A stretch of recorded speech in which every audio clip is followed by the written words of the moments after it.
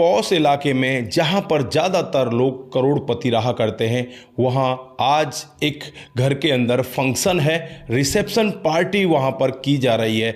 दोस्तों, अब यहाँ पर बहुत सारे जो अमीर रिश्तेदार हैं सब इकट्ठा हो जाते हैं और जैसे ही लड़का अपनी उस पार्टी की स्टेज पर पहुँचता है, वहाँ जाकर एक अनाउंसमेंट करने लगता है। वो कहता है कि हमारे घर में एक पुरानी रीत चली आ रही है कि जो हमारे घर के बड़े बुजुर्ग हैं वो भीख मांगकर अपना गुजारा करते हैं, और आज मैं अपने माता पिता से भी यही कहना चाहता हूं कि वो यहाँ से निकल जाएं, उनका यहाँ पर कुछ भी नहीं है और भीख मांगकर वो अपना गुजारा करें। दोस्तों, यहाँ पर जितने भी लोग होते हैं सब उसकी तरफ देखने लग जाते हैं और उसके बाद जो यहाँ पर होता है कभी किसी ने सोचा भी नहीं था। अगर आप लोग भी पूरे मामले को डिटेल से जानना चाहते हैं तो वीडियो को जरा सा भी स्किप ना करें, लास्ट तक वीडियो को जरूर देखिएगा। आगे बढ़ने से पहले हमारी वही रिक्वेस्ट कि जो हमारे चैनल के साथ नए हैं कृपया करके चैनल को फॉलो कर लें, बेल आइकन को जरूर प्रेस करें। नमस्कार, जय हिंद। आप देख रहे हैं APH न्यूज राहुल रावत के साथ। दोस्तों, आज की जो हकीकत की घटना आप लोगों को बताने जा रहा हूं, ये मुंबई के एक पॉश इलाके की हकीकत की घटना है। यहाँ पर एक व्यक्ति रहा करता था जिसका नाम रमेश होता है। रमेश बहुत ही धनी व्यक्ति होता है। दोस्तों, उसका एक अकेला ही बेटा होता है। बेटे का नाम सुशील होता है। धीरे धीरे करके समय आगे बढ़ने लगता है और कुछ ही समय के बाद जो रमेश की पत्नी है वो इस जहां को छोड़कर चली जाती है। सावित्री उसका नाम होता है और पत्नी के जाने के बाद रमेश टूट सा ही जाता है और फिर अपने बेटे जो सुशील होता है वो शादी योग्य हो चला था, उससे कहने लगता है कि बेटा तेरी अब शादी कर देनी चाहिए, तू शादी योग्य हो चला है।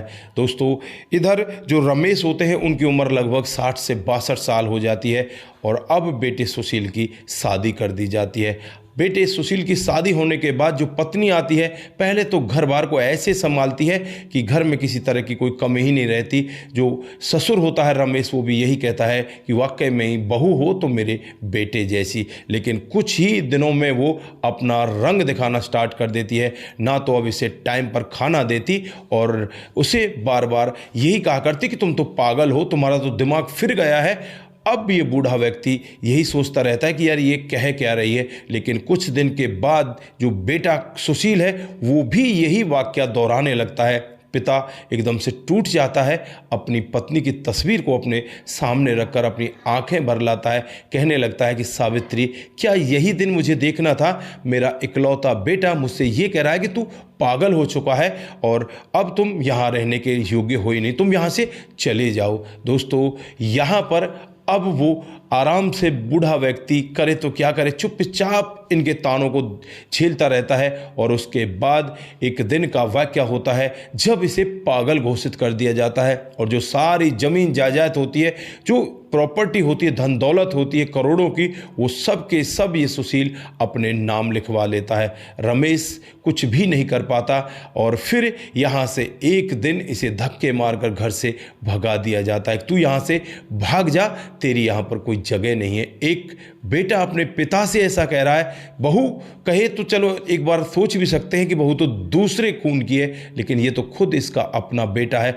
अपना बेटा अपने पिता से ऐसे बात कहे तो पिता के सामने कौन सी कितनी बड़ी मुसीबत आ जाएगी। ये समझो कि उसके सामने तो सब कुछ लुट चुका है, उसके सामने कुछ भी नहीं रहा। अब पिता यहाँ से टूट जाता है, अपनी पत्नी की तस्वीर को उठाता है और उठाकर यहाँ से अपनी आंखें नम करके चलने लगता है। बेटा बहू दरवाज़ा फटाक से लगा देते हैं और चुपचाप घर के अंदर चले जाते हैं।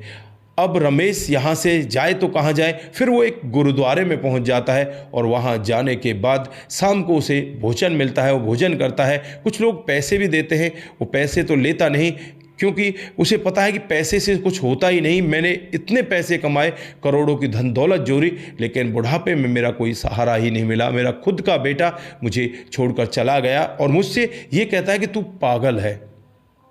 दोस्तों, रमेश बिल्कुल टूट सा ही जाता है और ऐसे ही करके लगभग उसे 1 से 1.5 महीने का समय बीत जाता है और फिर एक दिन जो अड़ोसी पड़ोसी होते हैं रमेश के बेटे सुशील से पूछने लगते हैं कि तुम्हारे पिताजी कहाँ हैं। तो वो कहने लगता है कि वो तो तीर्थ यात्रा पर गए हुए हैं, वो तो काफ़ी दिन के बाद लौटेंगे। दोस्तों, अड़ोसी पड़ोसियों को तो ज़्यादा मतलब ही क्या होता है, लेकिन जो यहाँ पर रमेश का एक दोस्त होता है किशन सिंह, वो रमेश को ढूंढता हुआ एक गुरुद्वारे में पहुँच जाता है।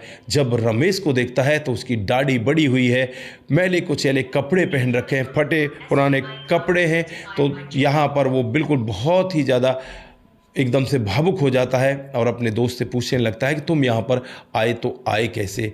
दोस्तों, दोस्त भी भावुक होता है, पूरी कहानी डिटेल से बताता है किस तरह से उसके खुद के बेटे ने सारी ज़मीन जायदाद हड़प ली, उसके बाद उसे पागल घोषित करके यहाँ पर भगा दिया। दोस्तों, अब यहाँ पर जो दोस्त है वो कहने लगता है चलो मेरे साथ तुम घर पर चलो, लेकिन यहाँ पर वो मना कर देता है कि मैं अब किसी के घर नहीं जा सकता, मैं तो यहीं पर ठीक हूँ। फिर गुरुद्वारे वाले लोगों से बातचीत करता है और उनसे कहता है कि ये बहुत बड़ा वीआईपी आदमी है, इसके इतनी प्रॉपर्टी है, इतनी धन दौलत है, इसे आप अंदर जगह दे दो। दोस्तों, फिर यहाँ पर रमेश को अंदर बुलाया जाता है। रमेश कहता है कि बाकी और लोग भी तो हैं, उन्हें भी अंदर ले लो। तो वो लोग कहने लगते हैं कि साहब, उनके सबके बाल बच्चे हैं, वो तो बस यहाँ पर मांगने खाने के लिए आते हैं, आप तो यहाँ पर रहने के लिए आए हो, आपके लिए ये दरबार खुला हुआ है। अंदर एक कमरा खोल दिया जाता है। दोस्तों, अब उसी गुरुद्वारे में ये रमेश रहने लगता है। धीरे धीरे समय बीतने लगता है, ये रमेश बीमार भी होता है और फिर कुछ दिन के बाद एक दिन ऐसा आता है जो रमेश है वो इस दुनिया को छोड़कर चला जाता है। रमेश के बेटे बहू को भी खबर की जाती है कि रमेश का अंतिम क्रियाक्रम किया जाए, उसके लिए वो लोग आ जाएं, लेकिन वो लोग यहाँ पर नहीं आते। वो कहते हैं कि हमारा उनसे कोई रिश्ता है ही नहीं। दोस्तों, जो गुरुद्वारे के लोग बाग होते हैं वही इस रमेश का अंतिम क्रियाक्रम करते हैं और उसके बाद यहाँ पर रमेश की कहानी दी एंड हो जाती है, समाप्त हो जाती है। लेकिन यहाँ पर दूसरा चैप्टर स्टार्ट हो जाता है। सुशील को भी एक बेटा होता है जिसका नाम पंकज होता है। पंकज धीरे धीरे करके बड़ा हो रहा था, लेकिन अड़ोसी पड़ोसी उसे पूरी कहानी बताया करते कि किस तरह से तुम्हारे दादा के साथ इन्होंने इतना घिनौना काम किया है। वो बचपन से ही सब कुछ सीखता हुआ आ रहा था। जो सुशील होते हैं वो पंकज के नाम पहले से ही सारी प्रॉपर्टी कर रहे थे और जब वो 20 साल का होता है तो उसके लिए एक लड़की देख ली जाती है, अच्छे से घर में उसकी शादी कर दी जाती है। दोस्तों, शादी बड़ी धूमधाम से हो जाती है, सारी प्रॉपर्टी अब पंकज के नाम होती है। फिर रिसेप्शन होता है और जब रिसेप्शन होता है तो रिसेप्शन पर पंकज खड़ा हो जाता है। खड़ा होकर कहने लगता है कि अब हमारे घर के बुजुर्गों को वहीं जाना पड़ेगा जहां पर हमारे दादाजी गए हैं। यानी कि हमारे घर में रीत है, बड़े बुजुर्ग जो बूढ़े हो जाते हैं वो भीख मांगा करते हैं, तो मेरे मम्मी पापा भी अब भीख मांगने के लिए तैयार हो जाइए। इस घर में उनके लिए कोई जगह नहीं है, यहाँ से निकल जाइए। दोस्तों, सुशील और सुशील की पत्नी को एकदम से वही सब याद आने लगता है जो सुशील ने अपने पिता रमेश के साथ किया था। दोस्तों, अब यहाँ पर सुशील एकदम घुटनों के बल बैठ जाता है और रोते हुए कहने लगता है कि बेटा, तूने हमारी आंखें खोल दी, हमें माफ़ कर दे। बेटा कहता है कि मैं तुम्हें माफ़ करने वाला होता कौन हूँ, तुमने मेरे दादाजी के साथ बहुत बुरा किया है, तुम्हें भी ये सब अब झेलना ही पड़ेगा, तुम्हें जाना ही पड़ेगा। दोस्तों, अब यहाँ पर वो दोनों पति पत्नी अपने बेटे के सामने हाथ जोड़कर बिल्कुल उसके सामने नतमस्तक होकर माफ़ी मांगने लगते हैं कि भाई, हमसे बहुत बड़ी भूल हो गई है, हम अपनी भूल का पछतावा कर रहे हैं, लेकिन अब करें तो हम क्या करें, हमने तो अपने पिता की अंतिम अग्नि भी नहीं दी। दोस्तों, यहाँ पर पिता रोते हुए ऐसी बातें कहने लगता है, बेटे को भी थोड़ी सी दया आ जाती है और बेटा कहने लगता है कि ठीक है, अगर तुम्हें पछतावा हो रहा है तो तुम्हें मैं अपने साथ रख सकता हूँ। दोस्तों, यहाँ पर जो और भी लोग वाग खड़े होते हैं वो इस लड़के की तरफ देखने लगते हैं और इन माता पिताओं की तरफ देखने लगते हैं और यहाँ पर कहने लगते हैं कि इस कहानी से हमें बहुत कुछ सीख कर जाने की ज़रूरत है। जैसे कि यहाँ पर अब ये सुशील पछता रहा है, अब पछताए क्या होता है जब चिड़िया चुग गई खेत। इसका कहने का मतलब यही है, अगर सुशील पहले ही ये सब सोच लेता कि उसे उसके पिता को अपने साथ रखना चाहिए, अपने पिता को इस तरह से नहीं भगाना चाहिए, तो आज उसे ये दिन नहीं देखना पड़ता। जैसी करनी वैसी भरनी, यहाँ पर ये स्पष्ट दिखाई देता है। आज अगर हम अपने माता पिता को ऐसे अनाथ आश्रम में छोड़कर आएंगे या ऐसे पागल कर देंगे और पागल करके उसकी ज़मीन को हड़प लेंगे, तो कल आप लोगों को भी तैयार रहने की ज़रूरत है। आप लोगों को शायद एहसास नहीं होगा कि आपके साथ इससे भी कहीं कई गुना ज़्यादा बुरा होने वाला है। तो दोस्तों, इस घटनाक्रम से बहुत कुछ सीख कर जाने की ज़रूरत है और इस घटनाक्रम को ज़्यादा से ज़्यादा लोगों के साथ साझा करने की भी ज़रूरत है, जिससे कि और लोग भी इस मामले के बारे में जान सकें और अपने माता पिता के प्रति प्यार से रहें और उन्हें अपने ही साथ रखें। कभी भी ऐसा ना सोचें कि माता पिता हमारे ऊपर बोझ हैं। एक माँ बाप अपने 5-5, 6-6, 10-10 बेटियों को पाल लेते हैं। क्या बुढ़ापे में जाकर माता पिता इतने भारी हो जाते हैं, उन्हें इस तरह से पागल कर दिया जाता है, इस तरह से उन्हें भगा दिया जाता है। दोस्तों, भावुक हो जाता हूँ मैं कई बार जब ऐसी बातों को सुनता हूँ और जब आप लोगों को भी सुनाता हूँ। मैं कल एक जगह लाइव में था और वहाँ पर भी ऐसी ही बातें चल रही थी। तो एक वाक्य था जिसमें एक 84 साल का व्यक्ति होता है जो करोड़पति होता है, जिसके पास धन दौलत की कोई कमी नहीं होती, लेकिन उसके बेटे बहू विदेश में रहा करते हैं और उसके घर जमीन सबको बेच जाते हैं यहाँ से और उसे वृद्धाश्रम में छोड़ जाते हैं। और जब उसकी अंतिम स्थिति आती है, यानी कि उसकी दुनिया से विदाई हो जाती है, तो वो बेटा बहू यहाँ पर उसकी अंतिम विदाई में भी नहीं आते। क्या ही फ़ायदा होगा ऐसे बेटों को पालकर। दोस्तों, पूत कपूत तो क्यों धन सींचे, पूत सपूत तो क्यों धन सींचे। अगर आपका बेटा सपूत है तो धन सींचने की ज़रूरत ही नहीं है, वो खुद कमा लेगा।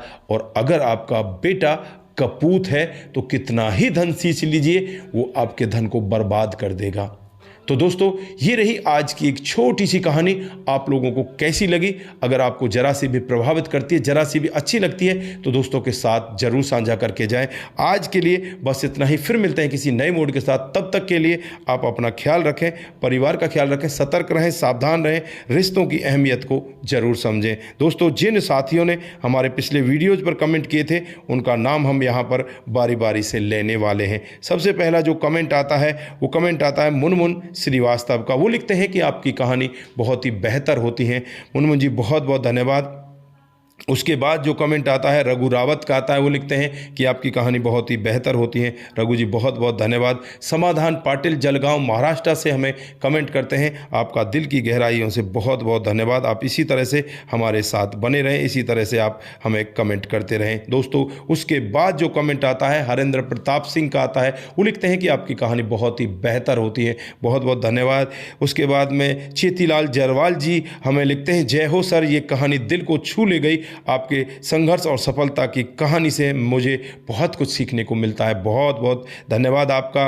उसके बाद में जो कमेंट आता है रतनलाल शर्मा जी का आता है। वो लिखते हैं, नमस्कार भाई साहब, आपकी कहानी से बहुत कुछ सीखने को मिलता है। बहुत बहुत धन्यवाद। उसके बाद में अशोक ढाका जी, धन्यवाद साहब, बहुत दिनों के बाद कहानी लाए हो।